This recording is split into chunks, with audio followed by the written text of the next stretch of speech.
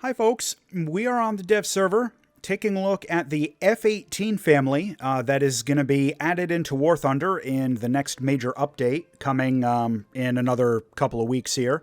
This has been a long time coming. Before I get too deep into the F-18, I want to do a shameless plug. In case you hadn't noticed, my channel just hit 100,000 subscribers.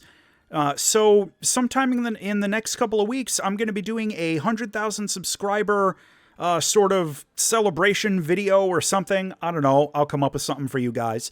But I'm going to be answering viewer questions. So there will be a link in a pinned comment to a community post where if you have anything that you'd like to have me answer in a video, any questions you've got about War Thunder, about me, about YouTube, about other gaming stuff, IRL stuff, whatever, just throw it in there as a comment, and I'll get to as many of them as I can, as long as it's not too, horribly inappropriate or anything. Anyway, we are looking at 4 F-18s. We're going to take a look at the Americans first here. We've got the F-18A, and these are all, the tech tree ones are in the center line. The naval fighter line here for the American tech tree. The F-18A, you can pause if you want to take a closer look at that. The F-18C Late is going to be the new top-end fighter for the American tree. And of course, this is the dev server. All of this is subject to change. And the new premium hotness is the F-18C Early over here in rank 8 at battle rating 13.0. I think they said on the dev stream this is going to actually be 12.7 when the patch goes live, so that's special. And yeah, there's going to be a lot of these out in matches for a while, so that's something. Over in the Swedish tech tree, at the bottom of the Finnish subtree, we have the F-18C Hornet. Note that this is an F-18, not an FA-18 like we have in the American trees, and I'll get to that in a second. So, taking a look at the F-18A, we have a full ballistics computer, everything you would expect to be seeing. Radar, you can pause if you want to take a look at that, AN/APG-65Q. Taking a look at the modifications, AIM-9L as a level 3 upgrade, AIM-7F and AIM-7M. Again, you can pause if you want to take a longer look at those screens. For secondary weapons, the only guided air-to-ground munition we get is the Walleye 2, which is a good weapon, don't get me wrong. For air-to-air missiles, we have the AIM-9L, we have the AIM-7M, and the AIM-7F. So, nothing really new in terms of weaponry with the F-18A. Now, when we get to the F-18C Early, ballistics computer, you can pause if you want to look. Radar, AN/APG-65Q, you can pause if you want to take a look. The weapons, we have a huge selection of guided air-to-ground munitions. All of this stuff, because it's a premium, of course. And we also get the AIM-7 Papa, the 7P. This is a Sparrow with inertial guidance and data link. Now, I know you are immediately going to be drawing a comparison to the R27ER. I will throw that up on the screen right now as a comparison. You can pause if you want to take a longer look. My gut tells me that the R27ER is still going to be a better missile, but this is genuinely a new weapon for the game, the AIM-7P. Moving on to the F-18C Late, we have ballistics computer and radar warning receiver and all that. You can take a look and pause there if you want to stare at it a little bit more intently. And we have the AN/APG-73 radar. You can pause if you want to look at that. I am noticing one of the advanced radar modes is Track While Scan Plus. So there's an update to my radar guide coming. And we've got 4 data link targets. That is subject to change because it's the dev server, but if it does end up only being 4, that matters, because for air-to-air weapons, we can take up to 10 AIM-120 Bravos.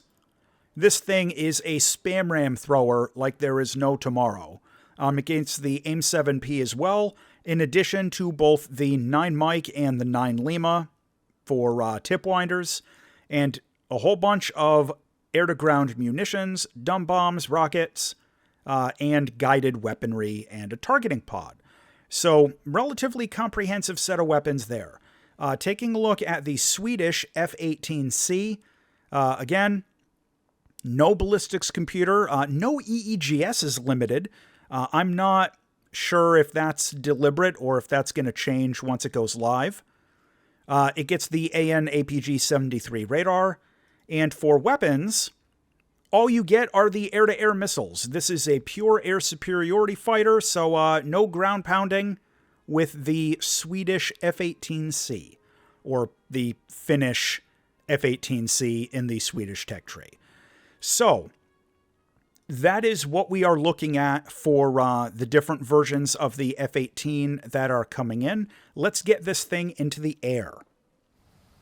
Okay, so we are flying the F-18C Late out of the American tech tree. Unfortunately today I am not going to have the time to bring this out into a match for any PvP combat, but there are a bunch of things I want to show you even if it's just in a test flight. First, we have a cockpit. We do not have a HUD displayed for the HMD, but we may get one when it goes live. This is still the dev server. Inside the cockpit, we have only 2 MFD modes, but again, dev server, all of that could be changing. Now, I don't know how well this is going to translate over my audio setup here, but I want you to listen very carefully for a moment.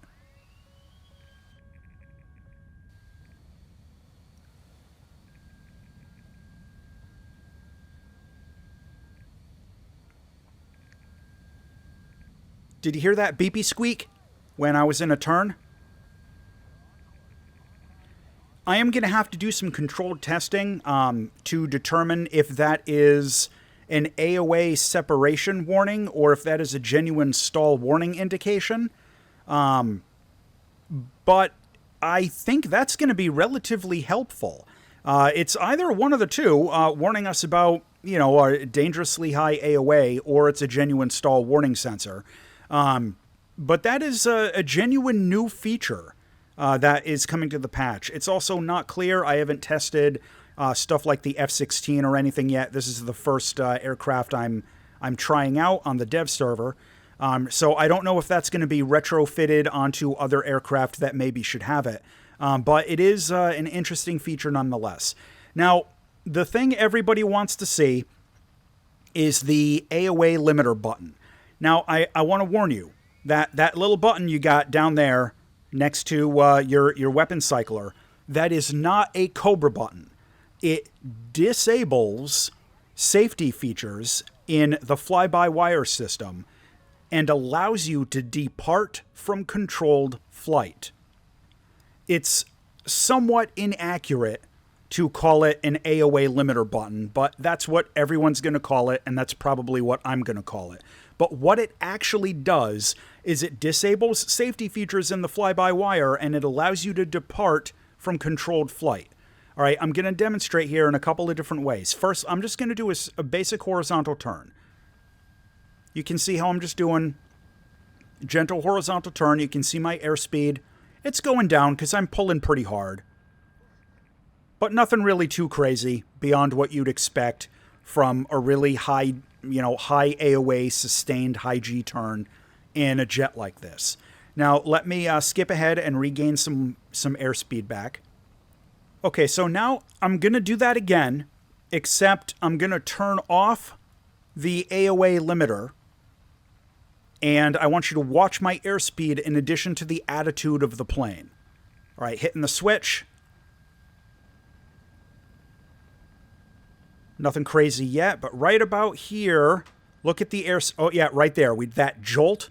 I didn't do anything with the control input. That was the F-18 departing from controlled flight, and you see what it did to the airspeed.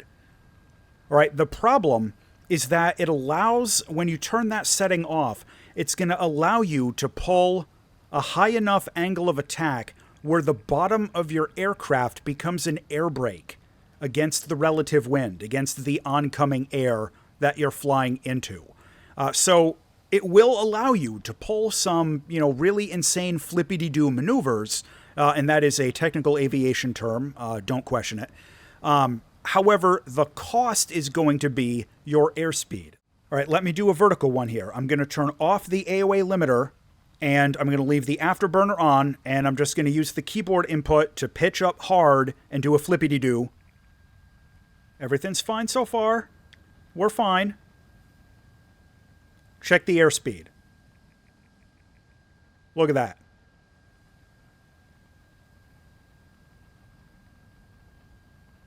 So it's going to allow me to pull an extremely tight high AOA turn. But even just going straight and level after that, we lost so much airspeed that even just going straight and level for the first few seconds after that maneuver, we were getting the AOA warning siren there. So my gut tells me, let me turn that back off. My gut tells me that after the patch goes live, in the first 30 seconds to a minute of basically every match for the first couple of days, you're going to see a whole bunch of premium F-18C earlies crashing on takeoff as people try to do flippity-doos at like 100 meters off the ground. That is a mistake. You should not do that, but people are going to, and you should point and laugh at them because that is something deserving of a little bit of lighthearted ribbing.